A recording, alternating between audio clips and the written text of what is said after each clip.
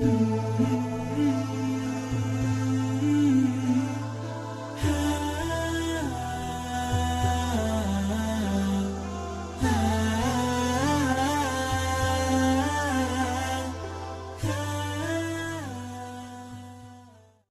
قیامت وقتی خدا زندت میکنه برادر عزیز، اولین سوال همیه نماز تا خواندی یا نخواندی؟ مثال که پیامبر میگه اولین سوال نماز خواندی یا نخواندی؟ بعد چی گفت پیامبر؟ فاین صلحت. آدمی بود که 5 وقت نماز خواندگی میگه الله مهربان تو دانایی که من نماز هیچ وقت قضا نکردم، خواندم، فقط افلا و انجح. پیامبر گفت این خوشبخت چید، این سربلند شید، این عزت یا و این فسد.